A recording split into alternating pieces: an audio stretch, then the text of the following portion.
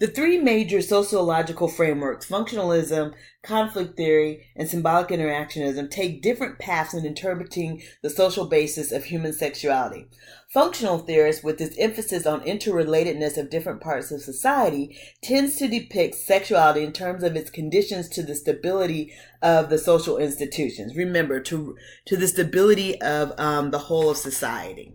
Okay, so one of the things is that it would have norms that restrict sex to marriage and encourages the formation of families.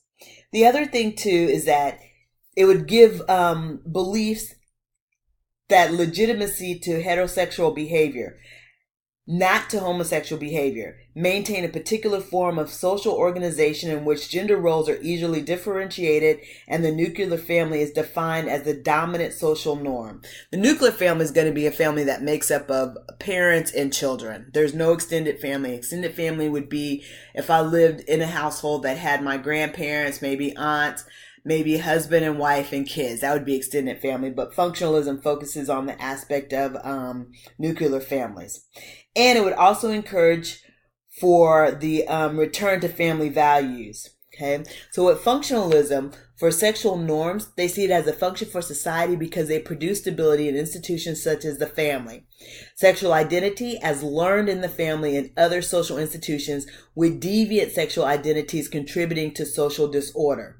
Sex and social change, as regulating sexual values and norms being important for maintaining traditional and social stability, with too much change resulting in social disorganization or that dysfunction.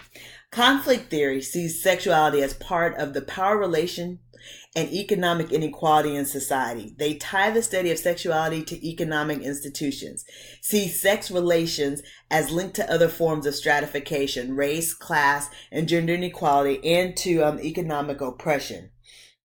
So when they would look at sexual norms, conflict theory would often contest by those who are subordinate by dominant and powerful sexual groups.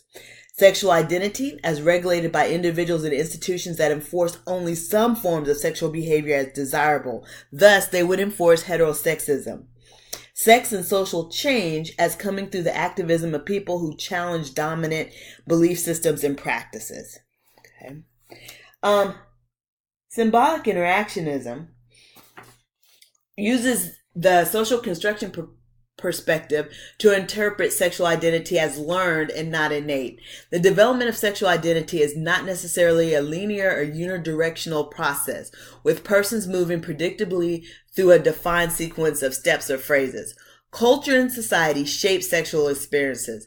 Although most people learn stable sexual identities, one's sexual identity may also change or evolve, being affected by changing social context. Sexual orientation appears to be created through the self-definitions that people develop through relationships with others, including the process of coming out, and may evolve through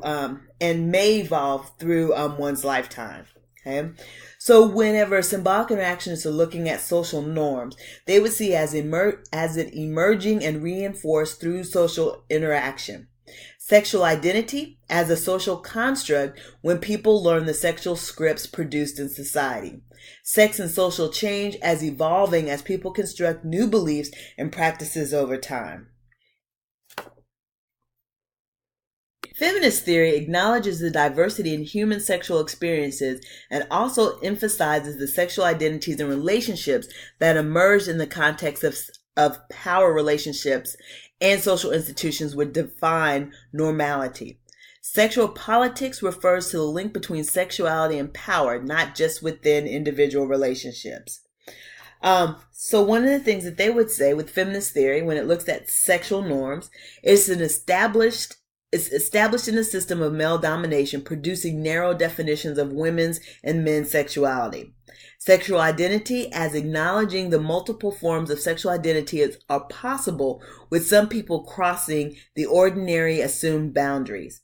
And with sex and social change as sexual values become changed through disrupting taken for granted categories of the dominant culture.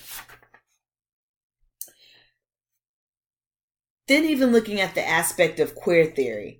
Queer theory is based on the social construction perspective and also links the study of sexuality with the study of gender.